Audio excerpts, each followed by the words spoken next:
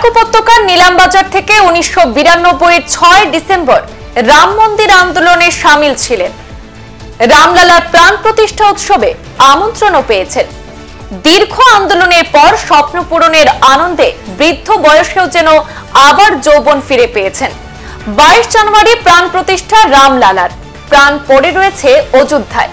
নীলামবাজারের সেই রাম ভক্ত এবং ধর্মপ্রাণ ব্যক্তিত্ব বিদ্যানগরের শ্রী শ্রী গিরিধারী লাল জিউ মন্দিরের পুরোহিত তথা কর্ণধার বর্তমানে 76 বছর বয়সী ঋতু বিজয় গোস্বামীকে আজ স্থানীয় রাম ভক্তরা সংবর্ধনা এবং শোভাযাত্রার মাধ্যমে অযোধ্যার বাহন ধরিয়ে দিয়েছেন।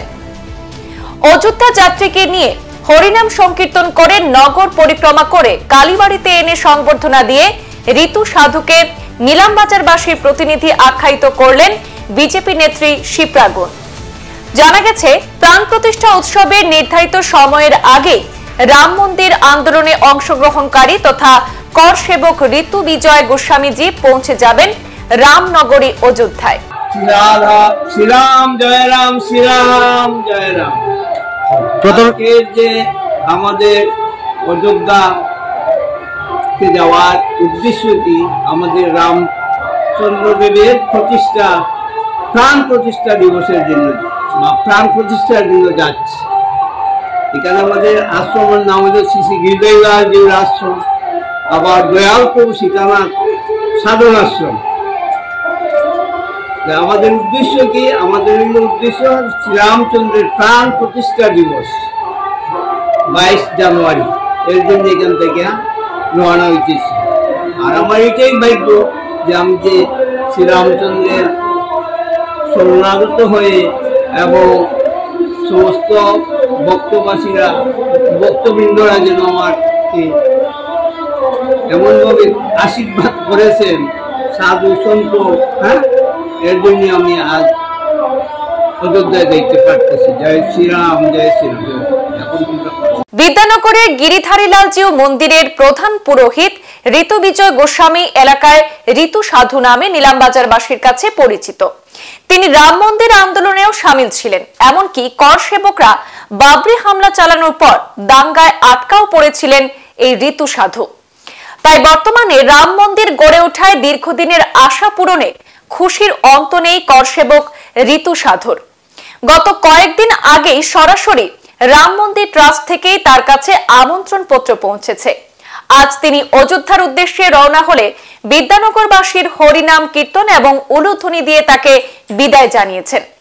বিজেপি নেত্রী শিপ্রা গুণ তাকে নিয়ে নীলামবাজারের নগর পরিক্রমা করে কালীবাড়িতে নিয়ে সংবর্ধিত করেন এবং শিপ্রা গুণ ছাড়াও পতঞ্জলি ভারত স্বাভিমান দক্ষিণ করিমগঞ্জ সমিতির সভাপতি চন্দননাথ সহ করসেবক ও রাম ভক্তরাও সেখানে উপস্থিত ছিলেন। ঋতু সাধু পূর্বাঞ্চল প্রতিদিনে এক প্রতিক্রিয়ায় দাবি করেন তিনি সৌভাগ্যবান, কারণ রাম মন্দির আন্দোলনে অংশগ্রহণকারী অনেকেই বার্ধক্য এবং অসুস্থতায় অযোধ্যা যেতে পারছেন না, আবার অনেকেই স্বর্গবাসীও হয়েছেন। কিন্তু তার উপরে শ্রীরামচন্দ্র দেবের কৃপা রয়েছে, আর তার জন্যই তিনি সম্পূর্ণ সুস্থ সবল অবস্থায় থেকে সশরীরে রামলালার প্রাণ প্রতিষ্ঠা উৎসবে শামিল হতে অযোধ্যা যাচ্ছেন। এদিকে নীলামবাজারের পর করিমগঞ্জে ঋতু সাধুকে সংবর্ধনা দেন কর সেবক এবং রাম ভক্তরা। বিশেষ করে করিমগঞ্জ জেলা পতঞ্জলি যুগ সমিতির পক্ষ থেকে সংবর্ধিত করা হয়েছে সভাপতি সিদ্ধার্থ শঙ্কর দাস, ওনাকে সংবর্ধিত করেন।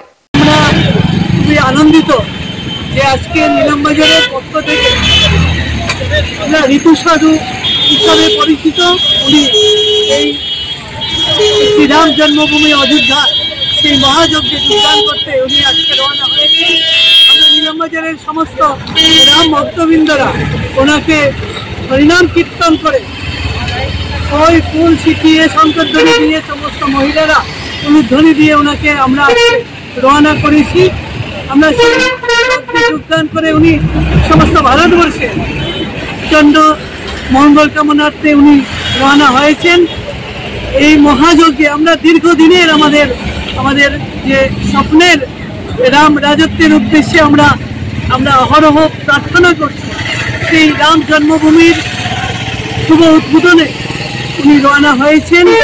আমরা সবাই গর্বিত নীলামবাজারবাসী হয়ে, আমরা আনন্দিত যে আমাদের পক্ষ থেকে উনি রওনা হয়েছেন এবং আমরা ওনার ভগবানের কাছে ওনার সুস্বাস্থ্য কামনা করছি, যাতে যজ্ঞে যোগদান করে উনি দেশের মঙ্গল কামনার্থে উনি প্রার্থনা করতে পারেন, তার জন্য আমরা ভগবানের কাছে প্রার্থনা করি। সংবাদ এই পর্যন্তই, ফিরছি পরবর্তী অন্যান্য আপডেট নিয়ে। ধন্যবাদ।